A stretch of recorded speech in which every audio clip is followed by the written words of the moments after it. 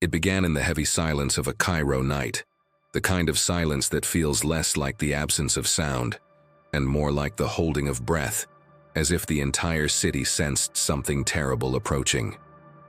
Inside the Egyptian Museum, its towering walls casting long shadows across Tahrir Square, the guards went about their nightly rounds. Most nights were uneventful, dust settling on ancient cases, faint creaks of the wooden floors, the ticking of the grand clock above the entrance hall. But tonight was different. The air carried a tension that none of the guards could name. Deep within the museum, past the gilded masks and ancient scrolls, lay the inner chamber where Tutankhamun's artifacts rested. Among them, the mystical sarcophagus, a relic most scholars never spoke about openly. The world knew of Tutankhamun's golden coffin, his treasures, and the curse said to have followed their discovery. But this sarcophagus, this dark stone chest veined with strange markings, was whispered about only in hushed tones among Egyptologists. Officially, it did not exist. The tale goes that Howard Carter himself had stumbled upon it in 1922, but quickly concealed its existence, fearing the implications. Unlike the golden coffin, this sarcophagus was not a symbol of glory, but of something far darker, a piece of funerary magic that ancient priests might have forged to bind a spirit or release it. No photographs were ever made public. A few secret references surfaced in Carter's private journals, describing it as a vessel of stone darker than night, cold to the touch, humming faintly as though alive. For decades, it remained locked away, hidden in the museum's archives, covered in tarps, sealed with wax and rarely mentioned. But silence breeds curiosity, and curiosity invites obsession. That night, under the glow of a blood-red moon, the guards began to hear things. At first it was small, a faint metallic scrape echoing from below, as if someone were dragging chains along the stone floor. One guard, an older man named Youssef, swore he saw a shadow dart across the hallway when he turned his head. Another reported the sudden extinguishing of lamps in the eastern wing, though no draft or hand could explain it. At 2:43 a.m., the alarms tripped. Sirens wailed through the museum's halls, startling the guards into motion. They rushed toward the lower chamber, weapons drawn, hearts pounding.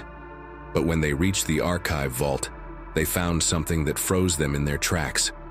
The massive steel door, 3 tons of reinforced metal, was wide open. Not forced, not broken. Unlocked. Inside, the crates and relics lay in chaos. Shelves toppled, scrolls torn, statues shattered. And in the center of the wreckage, a black void. The place where the sarcophagus had been. Gone. One of the younger guards, Mahmoud, swore he saw something just before the lights flickered out. He described a figure cloaked in black, its face obscured, standing where the sarcophagus had been. When the backup generators restored power seconds later, the figure and the sarcophagus were both missing. News of the theft was suppressed. The Egyptian government feared a scandal that could cripple tourism and revive old curses that haunted the legend of Tutankhamun. Officials told the press that nothing had been stolen, that the alarms were triggered by a malfunction. But whispers spread quickly through Cairo's narrow streets and smoky cafes. People spoke of men in black robes seen near the museum, of unmarked trucks vanishing into the desert before dawn. Some said the sarcophagus had been taken by international thieves. Others believed it had been claimed by a secret order of priests who never died, protectors of pharaonic power. Yet, for those who were closest to the museum that night, the more terrifying question wasn't who took it, but why. Among the artifacts in Tutankhamun's tomb, certain texts hinted at the dark vessel, an object capable of housing the Ka, the life force, of a pharaoh. Ancient priests had feared what might happen if it fell into the wrong hands, for the spirit within could awaken and seek dominion over the living. The fact that it was missing now was more than theft. It was the stirring of something long meant to remain silent. Over the following days, Cairo descended into unease. Animals in the city's outskirts grew restless. Dogs howled at night, and birds circled above the museum endlessly, as if drawn by an unseen force. Tourists reported nightmares after visiting Tutankhamun's exhibition, dreams filled with sandstorms, jackal-headed figures, and whispers in a tongue they could not understand. And then came the first death. A week after the theft, a security guard from the museum was found dead in his home. Yusef, the same man who had first seen the shadow in the halls. His body was contorted, eyes wide open in terror, mouth stretched as if mid-scream. The coroner's report listed cardiac arrest, but what disturbed investigators was the black residue found on his fingertips and lips, a powder-like volcanic ash that no one could identify. The day after Yusef's funeral, another guard, Mahmoud, disappeared entirely. His family swore he'd left for work in the morning, but he never arrived. His apartment door was found ajar, his belongings untouched. On the floor near his bed was a small scrap of linen, brittle and ancient, with hieroglyphs scrawled across it in faded ink. Translators later revealed the message, "The king has awakened. The vessel must be prepared."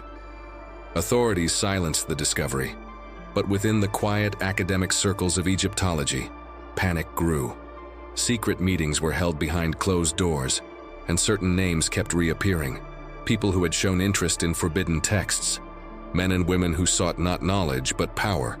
Among them was Dr. Elias Harrington, a British archaeologist known for his eccentric theories and obsession with occult rituals. He had been expelled from the University of Oxford years ago after publishing a paper claiming that pharaohs had practiced a form of necromancy, binding their souls to objects. Witnesses reported seeing Harrington in Cairo weeks before the theft, speaking with locals in the markets, always carrying a leather-bound journal. Some whispered that he was the one who orchestrated the theft, believing he could awaken Tutankhamun himself. But Harrington was not alone. Other figures appeared at the edges of the story. A French collector rumored to dabble in black magic, a reclusive Egyptian historian who vanished in 1987 after attempting to publish a manuscript about the Dark Vessel, and even whispers of a European secret society dating back to Napoleon's expedition in Egypt. The deeper one looked, the less the theft seemed like a random crime. It felt orchestrated, ritualistic. And as more time passed, strange events multiplied. In the desert near Saqqara, shepherds reported lights moving beneath the sand at night, like lanterns carried through underground tunnels.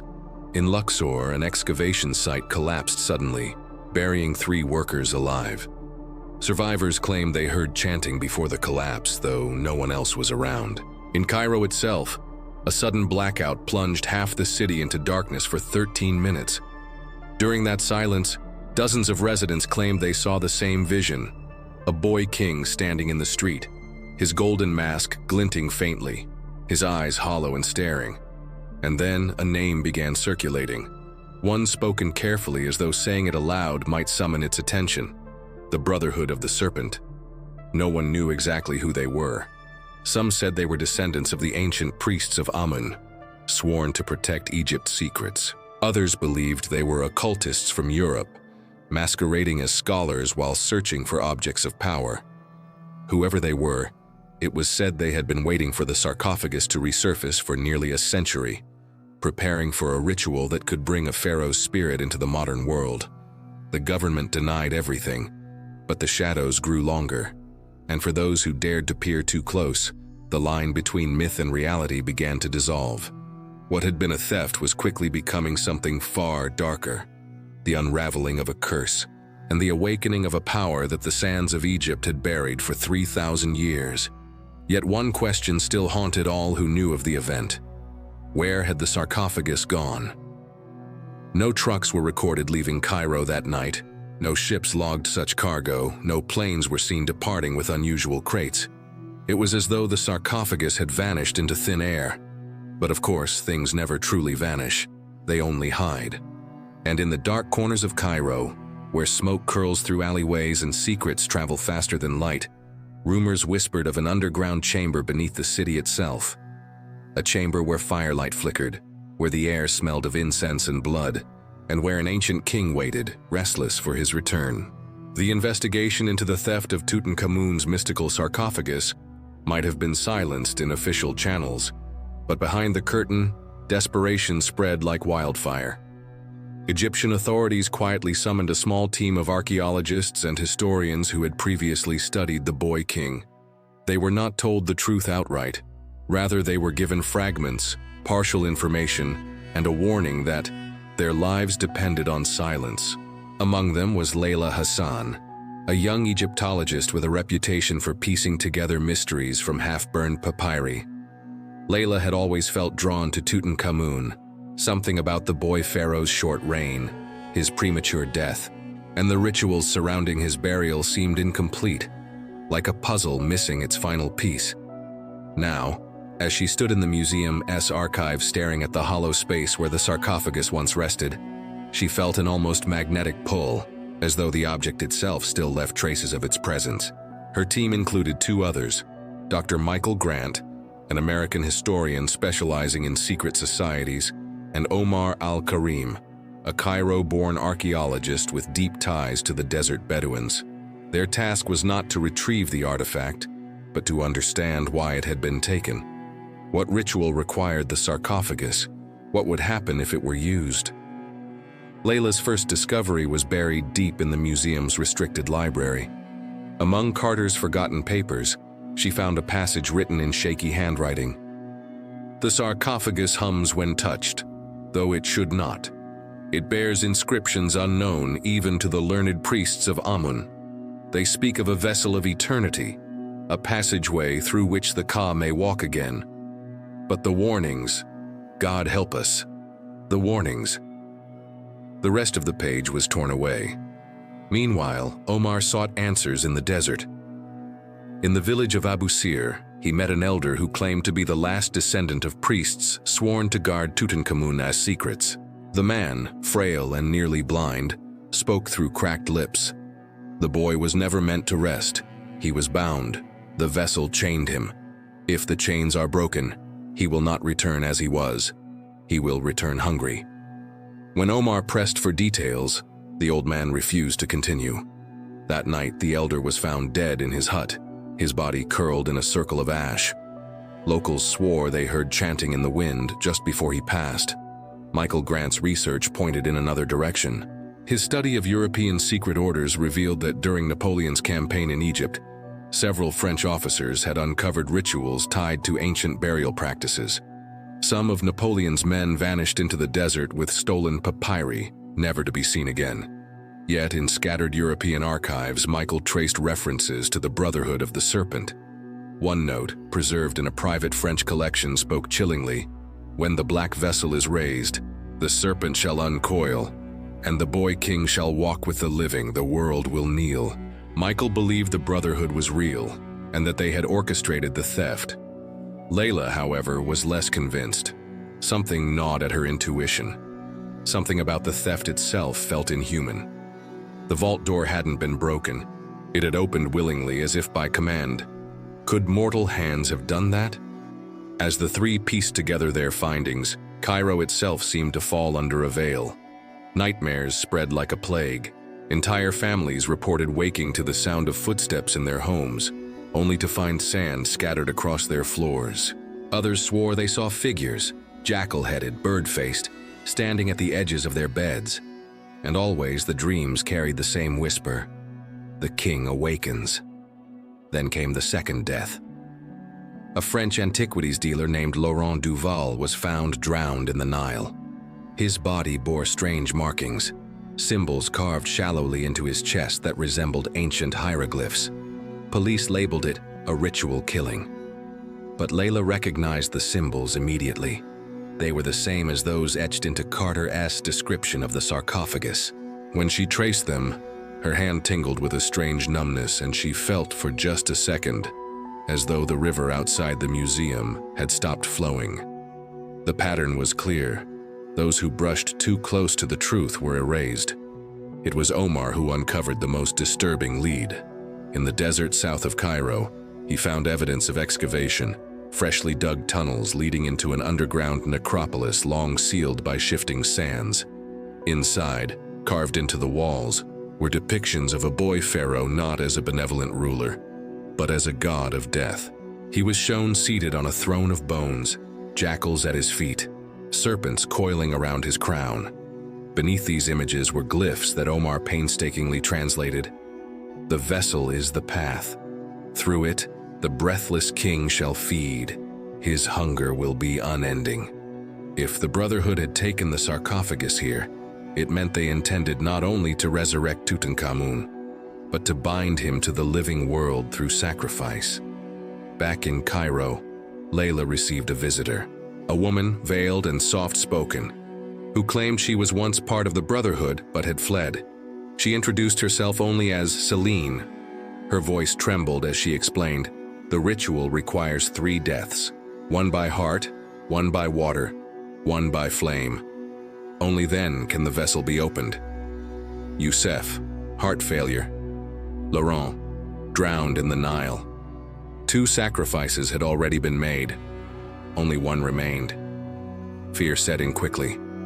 The Brotherhood was working with precision, and Layla realized with horror that she and her colleagues had likely already been marked. If fire was the final sacrifice, who among them would be chosen? That night, Michael vanished. His hotel room burned to ash, though strangely, only his room was consumed. The rest of the building untouched. No body was recovered. On the charred walls, investigators found only one image drawn in soot, the Eye of Horus dripping black tears. The 3 deaths were complete. The path was open. And then the earthquakes began. Small tremors at first, hardly enough to shake the city. But each day they grew stronger. The desert split in places, fissures opening to reveal caverns lit with unnatural light. In villages near the Valley of the Kings, livestock were found mutilated, their blood drained into ritualistic patterns across the sand. Layla and Omar knew the Brotherhood's ritual was nearing its climax. They followed every lead they could, tracing rumors through Cairo's underworld, bribing smugglers, interrogating collectors. Finally, a name surfaced, a site whispered only as the Chamber of Eternal Night. Supposedly an underground temple older than the pyramids themselves, hidden somewhere beneath the desert sands. With no time left, they made their way to the desert with Celine as their guide. The moon was high, casting silver light across dunes that seemed to stretch endlessly. The air was unnervingly still, the kind of stillness that suggested something ancient was listening. At dawn, they found it. A fissure in the rock leading downward, the walls covered in markings that pulsed faintly as though lit from within. Celine refused to go further, muttering prayers under her breath. Layla and Omar pressed on. The tunnels twisted, growing narrower, until at last they opened into a vast chamber. Torches burned without smoke, their flames blue instead of yellow. At the center of the room lay the sarcophagus, darker than night, etched with symbols that seemed to writhe like living serpents.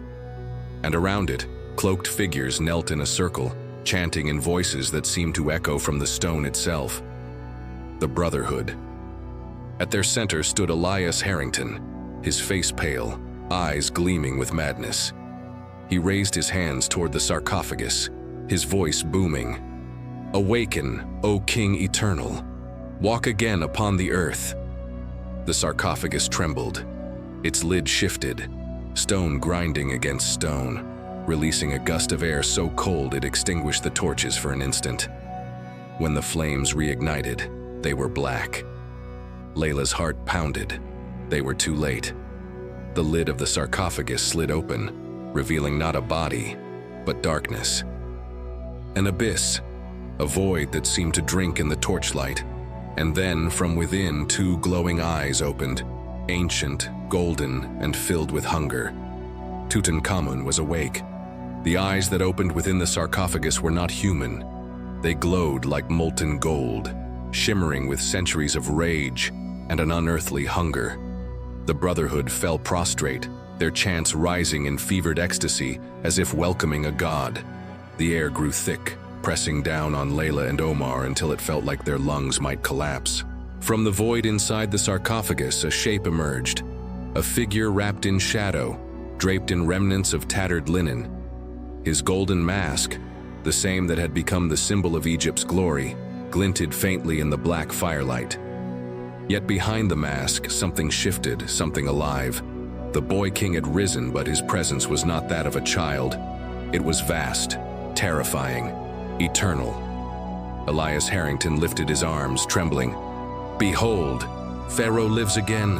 The world shall bend." Tutankhamun's gaze fell upon him. For a heartbeat, silence reigned. Then, with a sudden movement, the figure extended a hand. Harrington convulsed, screaming as his flesh withered in seconds, his body collapsing into dust that scattered across the stone floor. The Brotherhood did not cry out. They only continued chanting, as though death was an expected offering. Omar grabbed Layla's arm. "We must go, now!" But Layla couldn't move. Her eyes locked onto the sarcophagus where the darkness still writhed, spreading outward like smoke. And in the smoke she saw visions. Cities drowning in sandstorms, rivers turning to blood, millions bowing before a boy with a golden mask.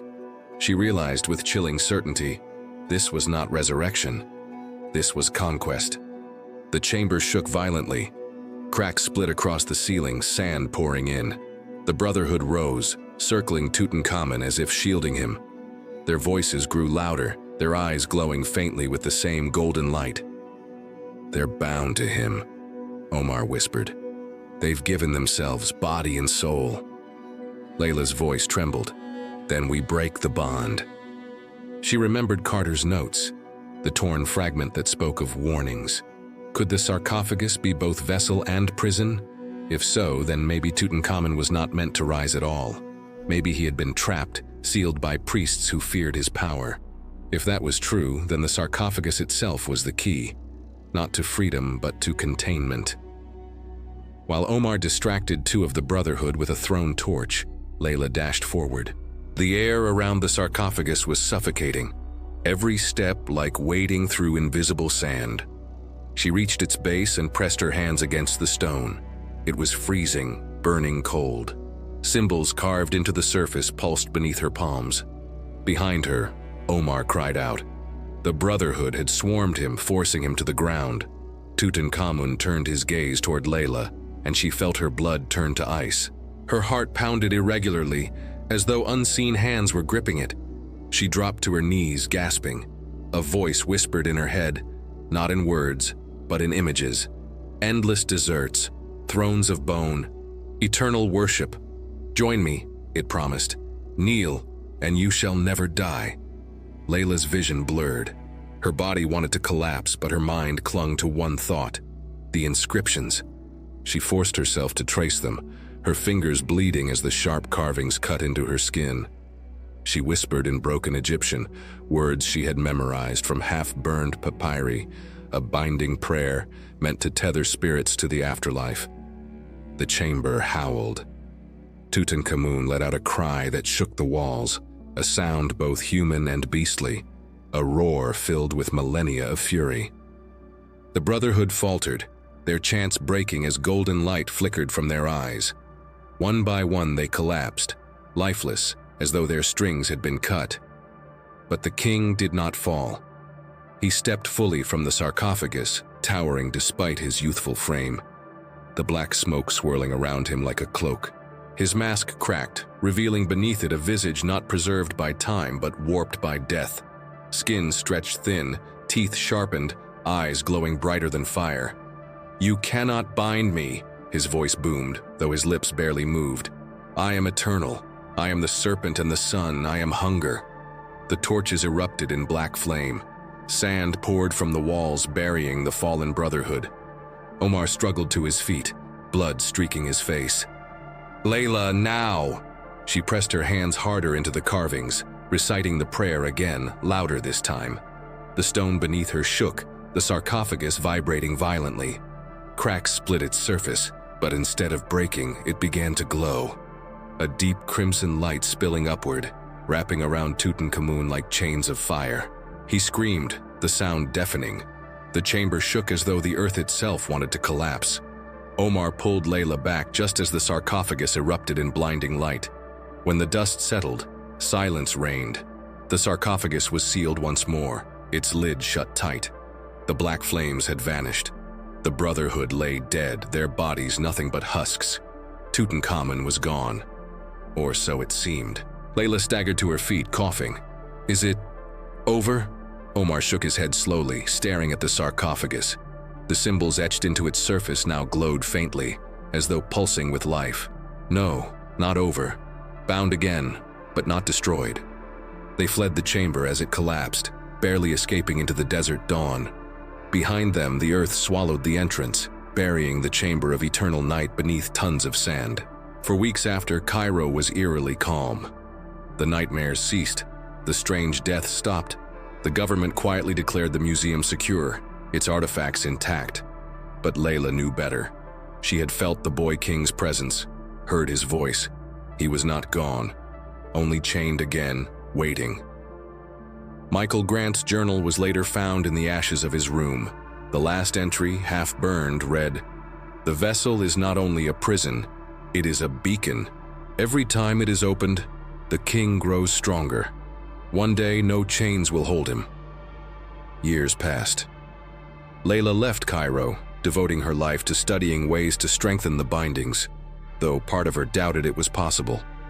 Omar returned to the desert, joining the Bedouins, always watching the sands for signs of movement.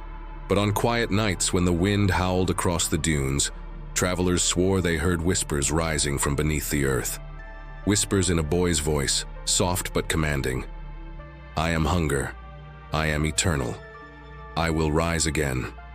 And so the story of the theft of the mystical sarcophagus of Pharaoh Tutankhamun faded into rumor, buried like so many secrets beneath the sands of Egypt. Yet those who knew the truth carried the weight of it, knowing that curses never truly die, they only wait.